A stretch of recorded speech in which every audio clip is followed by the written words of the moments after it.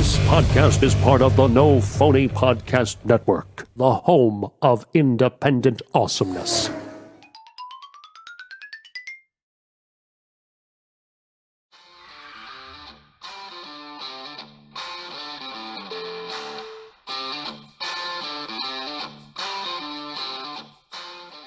Welcome back to another episode of On the Road with Jim and Casey. With me, as always, James Morganti. That's right. Joining us today, actress, writer, performer, and stilt walker, Preciouschong. How are you? I'm good. How are you guys doing? Good. Did I read that right off of your website? You're a stilt walker?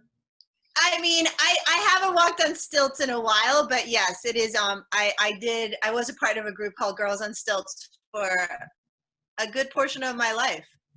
Wow. How do you get into something like that? Yeah, I know. I kind of fell into it. That's a terrible joke. So I was a dancer.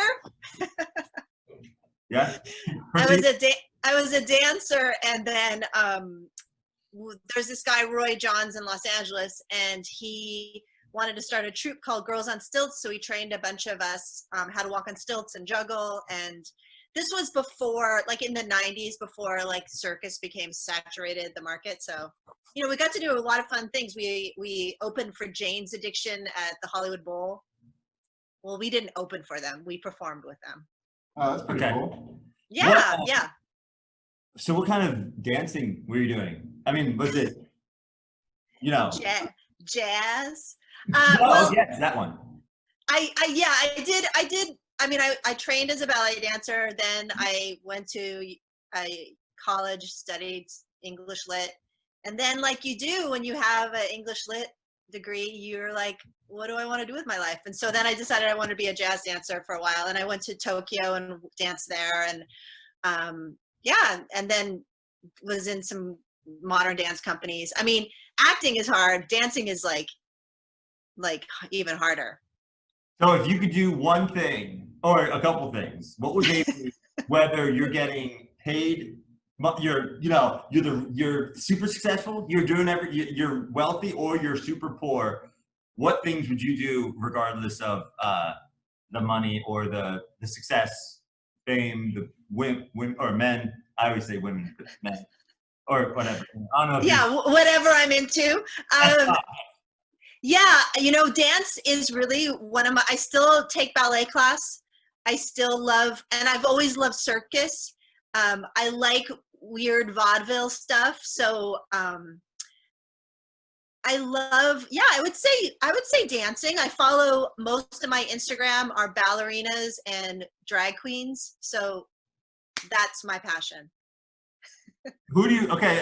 So you like their dancing the best? Okay, I got you. Yeah.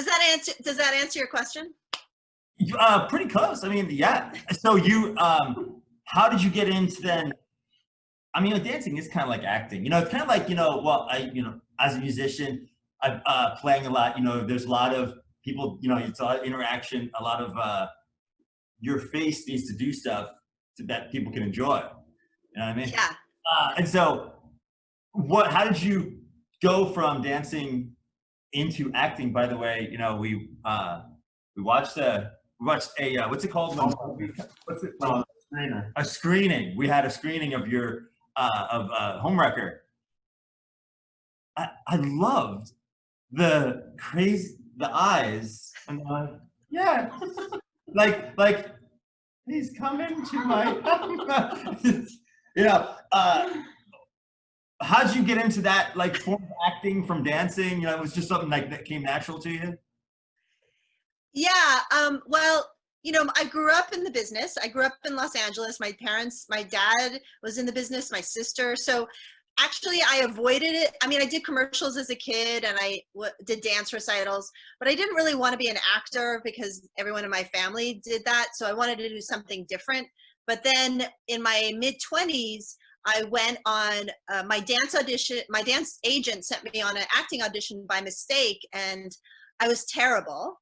But I was so exhilarated by it that I was like, this is what I need to do. And everyone in my family was surprised and like not expecting it, because I was more you know, they thought I'd be a writer or something. I was a little more cerebral. I got good grades. So yeah, that's how I fell into it. And you know, I liked my crazy eyes, you know, it's been a blessing and a curse. So Always a blessing. Okay, trust me.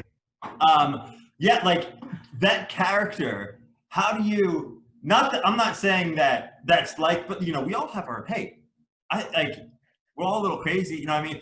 Like, how did you? What were you thinking about? Like, was that someone that you kind of knew? Because I was telling Casey here, we were watching it last night, and I was like, oh, my ex-girlfriend. I was like, this is gonna happen next. And I'm like, everything that was happening, I'm like, she's gonna, you know, and it's one of those, I love you so much. And then they have you and you're like, you're mine. Like that, like, you know, was that yeah, something that you knew, or was that like, or like, did you like have someone that you were thinking about to play that character, or was that just like your interpretation of what a person would be like? well, I think it's me exaggerated. So like that scene you're talking about, like my ex has seen that version of me in fights, you know what I mean? So it's interesting because now there's like all this Karen talk, like Karen's in the being videotaped, being terribly racist and just like losing their shit on virally.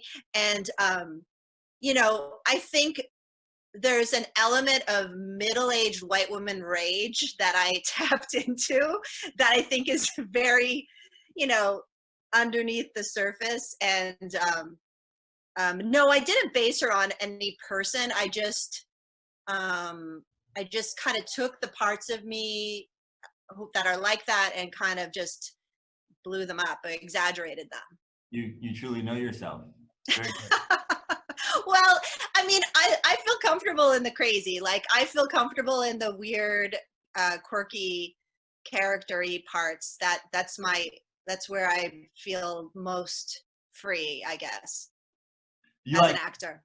you like tapping into that, like, you know, joke being on the road with Casey all day. Like, I love acting dumb. I mean, like, 'cause you can't really do that. I can't like really like you know, like people don't get like, you know, or if there's like a cute dog, I'm just like, and I'm like being dumb. People don't get that, you know, like you. Right. It's only, but if you can like put it in the right spot of a movie, Exactly. like I think that's like such a cool thing, and I like that the best about it was your character. It was like funny. It was really funny at the right spot. So Oh, thank you. and Thank it was you. definitely like a quirky movie too, in a way. Yeah. So I really enjoyed it. I mean, very entertaining. Thank you. I'm glad you did. Yeah. We had a lot of fun making it. Yeah, why don't you tell people a little more about the movie? It's called Homewrecker, and it comes out pretty soon, right? Yeah, I think it's getting a theatrical release. I'm not sure how or what that's going to look like. Like maybe some drive-ins. It's coming out like I think early July 7th or 4th, something like that. Sorry, I should know that. They said June 27th was one date, but I think it's been pushed back to like for theatrical release is July 3rd. And then there'll be DVDs and streamers. You can stream it like early July. Is this like your type of favorite? You know, I think everyone has like a character, like Jack Nicholson. He said, I remember this. It stuck with me. Let wardrobe do the act. Like he said, let wardrobe do the acting, right? And so just be yourself. And like, what kind of movies or characters do you like to play? You like the quirky ones, like you like these kind of horror-ish, funny, like Sam Raimi in a way, kind of like character. You know what I mean? Like, do you like that type of direction in movies as like a character like that, or can you do it like do you like get up like all of it? Well, you know, I wasn't planning on doing like a horror genre, like comedy. I love comedy. The horror part was something that Zach, the director, brought to it and pitched me on it. And I love the idea. I wanted to work with Alex. We wanted to work together. And it was one location. And So all of those things appealed to me. And then in terms of like things I loved Whatever Happened to Baby Jane. That's like one of my all-time favorite movies with Bette Davis and Joan Crawford. And that sort of like weird, like almost over the top acting, but it's not over the top, but like Bette Davis is like just crazy and grotesque. And I kind of dug that. And then, so yeah, I'm kind of drawn to like weird, Night of the Hunter was one thing that we liked. Have you seen that movie? It's really amazing. I just saw it recently. It's so good. So yeah, I like old genre, weird, quirky stuff. And then 80s nostalgia was fun. It was fun to sort of blend all the genres together. Cause you know, I'm a product of the 80s. So it was fun to revisit all that stuff with a twist, you know, with a modern twist. So it's like a dark comedy, feminist horror movie. That's what I like to call it. Yeah, it's really great. We really enjoyed it. I actually watched it twice. Oh, wow. Thank you. So I heard you mention you really like comedies and stuff. You also do you do stand-up as well? I do. I mean, you know, not now because we're in quarantine. Actually, I did a Zoom show on Saturday. I do stand-up. I teach stand-up. I did a lot of sketch over the years. Yeah, so I do like comedy. But I feel like sometimes I'm a little like Homewrecker was a good fit for me because I usually in mainstream I get cast more of like more sincere like crying woman, or I get beat up a lot, or you know, bad things happen to me. So that's, you know, but then I also like comedy, so this was a good match. Bad things happen to me and you get to laugh. So the tears of a clown when no one's no, you know, hey, I think everyone makes that like our past and what's happened in our lives. I don't know what's happened to you. I mean, everything that's like, you know, relationships I've been in. I've been single for 8 years, by the way. But anyway, things have happened to me. It's almost like it kind of like you can shape situations better when, you know, you've been around, you know, people that you might think are a little crazy when all you said is, you know, like, you look great, you gained 8 pounds, you know, or something like innocent or whatever. You know, I think those crazy people and in our lives are all like the weird stuff that happens, right? Obviously, like no pain, no gain. Right? No, I mean, you can't just be like, yay all the time, right? I'm like, is someone gonna, you know, punch me directly in the face sometime? I mean, come on, you know, you need that. You got to have the balance, right? I think what are you trying to say? Like you use the pain to create art? Yes. Or I love weird people, like characters. I love bizarre, interesting people are very intriguing to me. I want to know what their story is, and want to know what happened to them. You know, of course, we all aspire to have like a cool Instagram Kardashian lifestyle, but that's fake. But do we? Right. I just want to be, you know, just be you. You know what I mean? I'm with you. Like I like seeing people that are complete opposite from me, like totally opposite, and like I'm just like, huh, wow, okay. Because you know why? Because anybody can go like this. Hey, 2 + 2 = 4, right? Yeah. Oh, well, all right. Well, see you later. And then no, I want someone to be like, you know, it might not be 4, and I'm like, huh. According to, you know, what I know, it is. And, you know, because that to me makes you like just grow a little bit outside of your own, you know, reality, even though, you know, you could be like, I'm pretty sure it's 4. And they're like, yes, but what's the fastest way to 4? I don't know why I'm using 2 + 2 = 4. Right? No, I see what you're saying. Yeah. Right. I mean, maybe it's my childhood. I grew up in an interesting family. I like quirky. We never were normal. I mean, my name is Precious, so like. It's a wonderful name, by the way. I read your full name in an interview I was reading. Tell us your full name. My full name is Precious Shelby Lorna Flosina Chong Fittis, because my parents weren't technically married when I was born, and I was their love child, and they just went a little nuts on the birth certificate.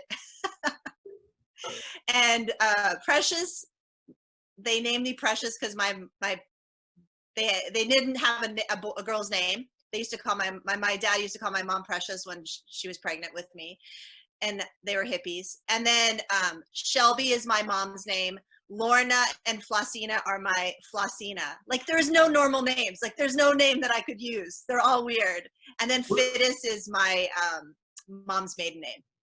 When they were coming up with your name, was it one of those arguments that couples get into, you know, Kevin, that I really think Sheila is going to be a good name for her? And he's like, now, wait a minute, Millie.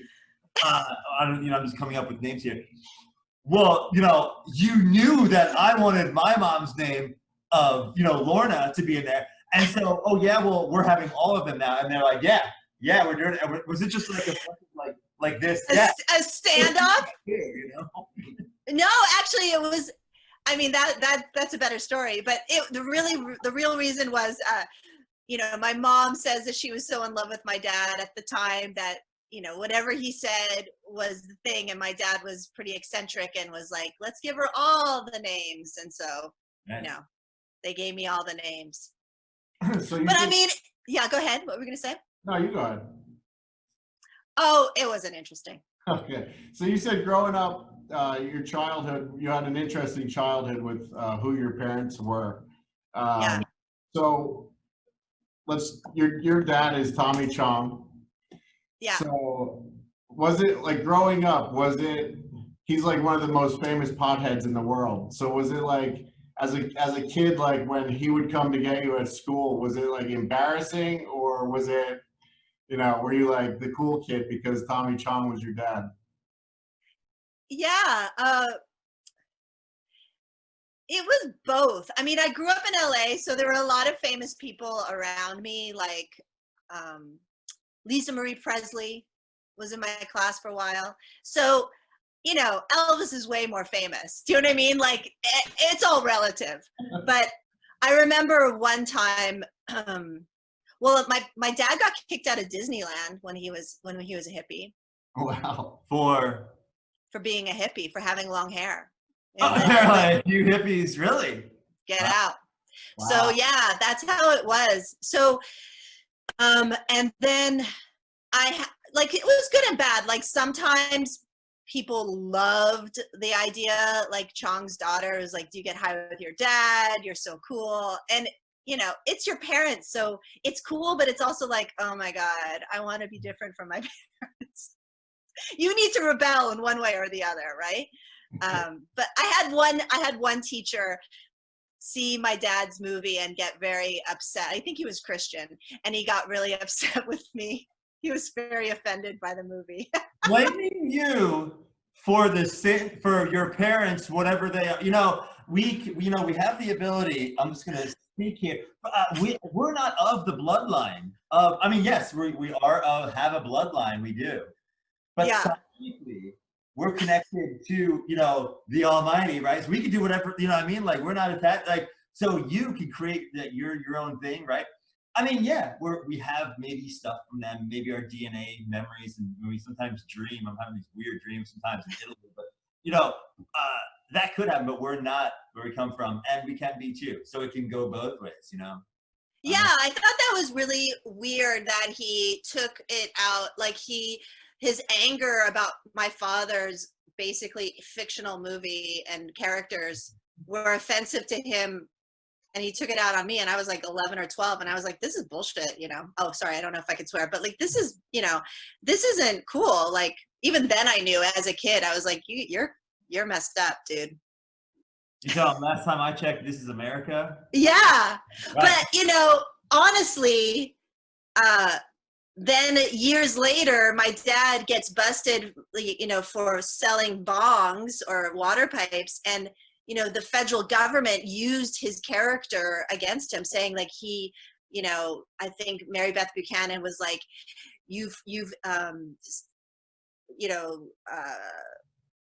use this character to sell, to make drugs seem cool. I can't think of the way she used it, but like basically saying like he's made a living out of glamorizing drug use. Right. Yeah, they totally framed your dad too for that, all that. Oh, I know. It was pretty crazy. Don't mess with the federal government, guys. Don't do it. Would people like ever come by your house and throwing stuff, you know, hippies, or like, you know, you're just like walking with your dad, hey dad, let's go get, and like out of nowhere somebody throws a milkshake at you and you're like, what? And they're like, go back to Czechoslovakia, or He's on Canada. oh yeah, okay. Go back to Calgary.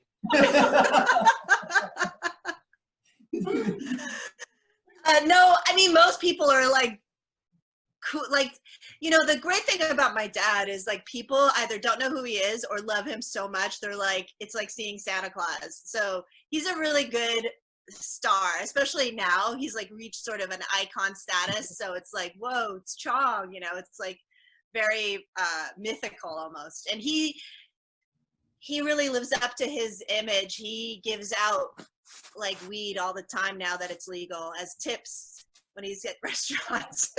He's just. How could you not like Tommy Chong? What? How could you not like Tommy Chong? Exactly. So let's get a little bit back into your career. So you, as a kid, did you always want to be an actress as a growing up as a child? No, not really. I mean, I was always around it, but I did commercials as a kid, and but I wasn't. I thought I was going to be a writer. That's really what thought I wanted to do. And I still write a lot. Like obviously I co-wrote Homewrecker. But I also love acting because I like to collaborate, and writing can be too lonely. I need a little of both, you know. But no, like I said, I wanted to be a ballerina when I was younger. I just love when people say, I mean, it's so, you know, I just wanted to be a ballerina, you know, and now I see why. Oh, it's so precious, you know. It's just, you know, but it is though, you know. I mean, it's very, you know, because you go to see a ballerina. I wish I could ballet dance. Yes, ballet dance. I'm so just, my mobility is so terrible. I mean, I'm still trying to work out. I'm, you know, trying to do something right. You know what I mean? It kind of looks like you're wearing a leotard, I have to say. I have to. It shows my pecs off. I was reading this article. You have to, you know, show what you have when you're single. And, you know, do you think I like having to do this? I actually work out. I was just telling Casey. No, I remember somebody else.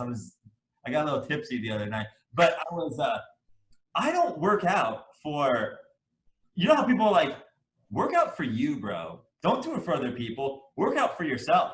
And I was thinking, I was like, hey, I'm not that selfish. I want to work out for you because I don't want you to look at some blithering, you know, fat guy. You know what I mean? Like I was thinking about that the other day, not to get off topic of being a ballerina or anything. No. But I mean, you seem very fit. You eat, I'm assuming you eat healthy because you had hippie parents, organic, what vegetarian, vegan? Well, no, not a vegetarian, vegan, but we ate pretty healthy. There was a lot of carob going on when I was younger. That was like a carob. There was a fake chocolate in the 80s and 90s. Yeah. But yeah, my dad always worked out. People assumed that he did a lot of drugs, which he did, I think, but he smoked pot, did hallucinogens, but I don't think he was really into like the heavy drugs. So I think that helped him, you know, stay sane.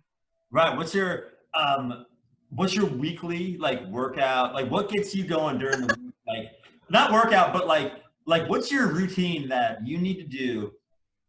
Like for me, it's just wake up. I usually look at the mirror. I'm not, you know, maybe yours is different.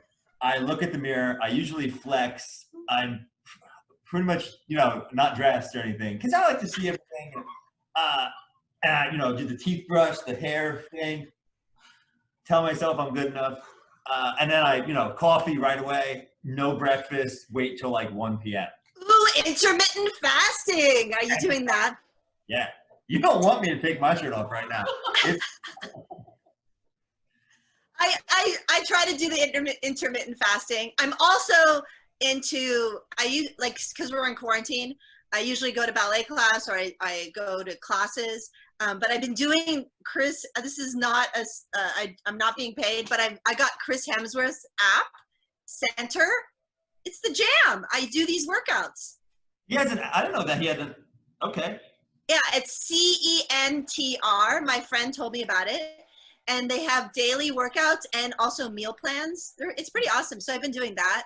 I meditate every day. I have this, you want to know my routine? Go. Yeah, I use this thing, it's called Muse, M-U-S-E, and you wear it on your head and it measures your heart rate. And when you go into like a more meditative state, little birds chirp, so it counts how many times you're going into the meditative state. So really? it collect, yeah. What it's okay, amazing. do you do you ever listen to, I've done guided sometimes. I don't really like it because I feel like I'm under some sort of telekinetic control. And anyone that watches our show, telekinesis runs in my family. So I listen to 5.83 hertz when if I'm like praying. I get deep in prayer, meditation, and do you listen to like sound waves? No, but I've heard about that. I want to do so 5 point. What's that? I don't know what that is. 3 is the Schumann frequency. So apparently, this is what they say. It's in some of those esoteric, occultic texts, which occult only means hidden from the eye. It doesn't mean some stuff can be used for evil for sure, but no, if you understand it, hey, Jesus. Anyway, 5.83 is supposedly the spoken word of existence that God spoke. You know how it's all frequency, vibration? That's sound. All the ancients said there was a word that was spoken, and it's 5.83 hertz. Just type, it'll come up. Schumann frequency. Type it in YouTube or anything. It's on Spotify. It'll have. So what's Schumann? How do you spell that? SCHUMANN, I think. 2 N's, double N. Okay. Yeah. Okay, I'll check it out. That sounds cool. And let me know what you think, because I've done it before. I like it. You can find, there's some in the 9 range too, the 9 frequency range that are really good too. But that one I liked.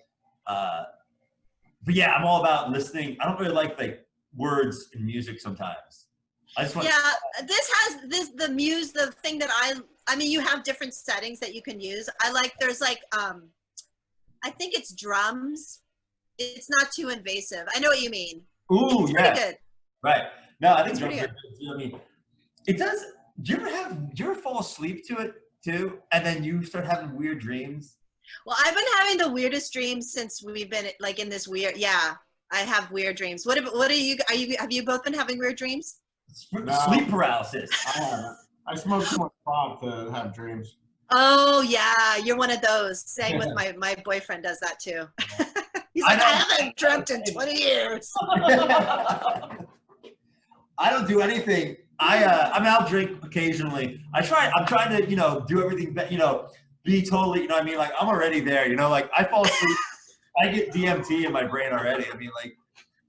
We get it when we lucid dream. But I've been having sleep paralysis. That's interesting you said that. I've had about 3 of them ever since the shutdowns happened. And, we have dominion over the spirits that we can pray them away, because they're just trying to make you have fear. Did you ever have sleep paralysis when it's this it's something right here that's gonna devour your head, and I'm can't move.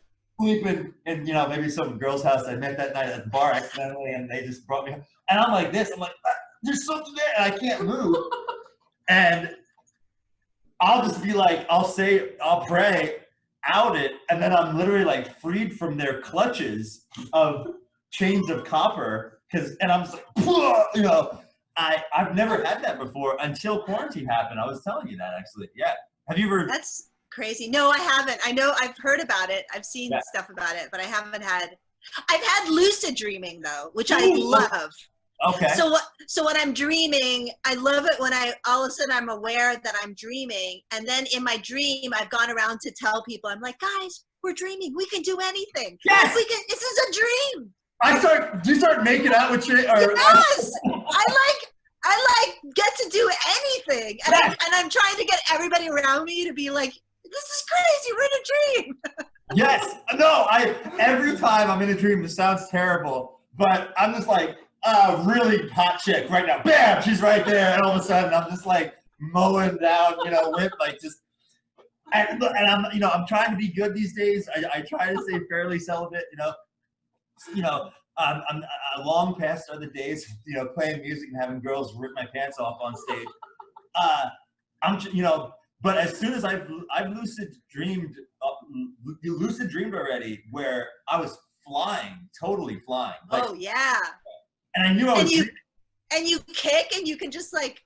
Sometimes that happens, but I'm saying this is a weird dream. It was literally, I was like, boom, and I was flying. Actually, I had to save humanity from these robots that were eating people for some reason.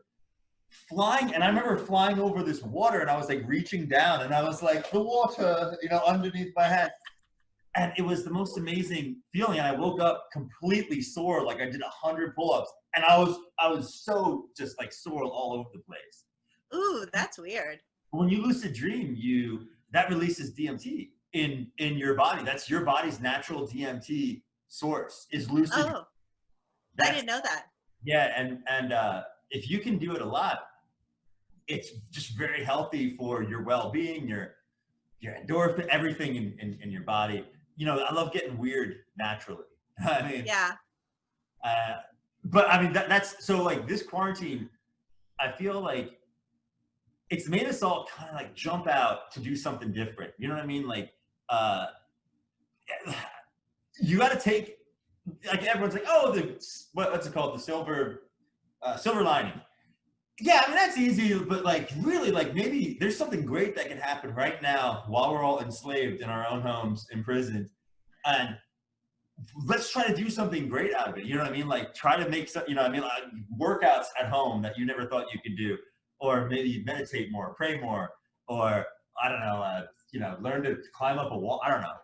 Okay, maybe not climb up a wall, but I know what you're saying. I mean, I think like I was joking, but it's kind of true. Like doing all this Zoom stuff, because I've been teaching on Zoom too. It's like we're literally forced to look at ourselves literally more, and like it's just time to like kind of go inside and reflect. And I think the world is like kind of, I don't want to say crumbling, but it definitely, there's like a reset that's happening. The structures, right? The normal structures literally are starting to like fall away, which for good reason. I mean, I hope we rebuild it and it's better. So you're ready for the spaceship to come back? I mean, I don't know. I'm getting ready.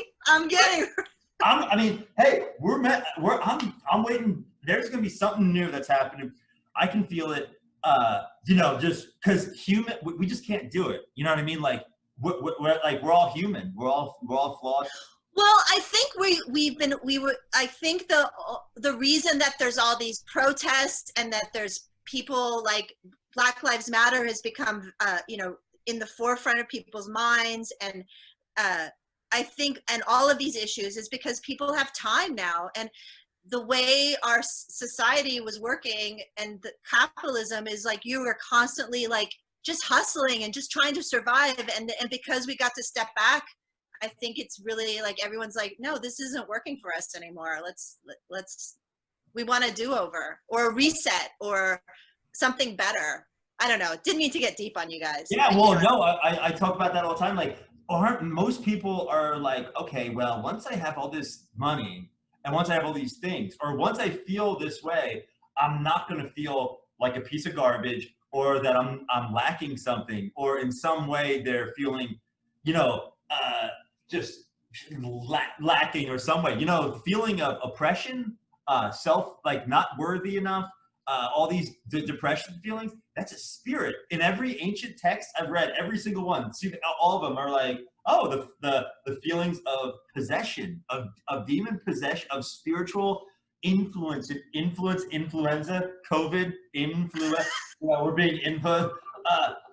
All these people that were like, oh, I'm so depressed, I'm dumb, or I'm so smart and I'm so depressed, or it's a spirit, right? Get that spirit out of you, right? And don't do things for all these material, oh man, I just want that Gucci Louis Vuitton belt so bad. Or why can't I have this nice car and pounds of women around me all the time in that pool? It's open, by the way. Like what pool is open? You have a pool? Well, we're in a hotel here at where are we? Ohio. Yeah. Oh, you guys are in Ohio? Yeah. Where in Ohio? Fairborn, I think. I don't know. I travel for work, so I'm pretty sure we're in Fairborn right now. Oh my gosh. I believe I invited him with me for the week. I have to deal with this for 4 days straight. I thought I was making for right fun. Yeah, real fun. Well, Shelby, I'm sorry. Precious, we don't want to take up too much more of your time. Why don't you tell everyone where they can find all of your good work and when the movie's coming out, where they can find that and all that good stuff. So right now it's showing as part of the Calgary Underground Film Festivals, and that's online. So you could check out the festival. It's amazing. So Calgary Underground Film Festival. And then July 3rd, we're having a theatrical release. And then July 7th, Homewrecker will be streaming on different services. I don't know the one specifically, but I'm assuming like all the ones that you usually get your stuff from. And you can get a DVD, and we did like extras on the DVD, and the art is really crazy and fun and throwbacky. And yeah, I really hope you guys all check it out. It's really one of those things, one of those projects that if enough people tell enough people, hopefully it'll become something. Yeah, from seeing it twice, I believe in the future it's going to be a cult classic. Oh, good. Yeah. Thank Yeah. you so much. I would recommend it. Thank you. And do you have a website or anything anybody can find you at? Twitter, Instagram? I'm on Twitter, at Precious Chong, and Instagram, Precious Shelby Chong. Because guys, there's another Precious Chong. She got my Instagram. She's like, I think she's in her 20s now, but she's from Hawaii. Okay. She got the Gmail address and the Instagram. So yeah, Precious Shelby Chong, and Homewrecker the movie is on Instagram. And I haven't kept up my website, so sorry. Well, we appreciate you taking the time out of your day to do this. This was a lot of fun. Oh, it was great talking to you guys. You guys are really fun, and stay safe and have fun in Ohio. Thank you. Have a good day. Bye. Yeah.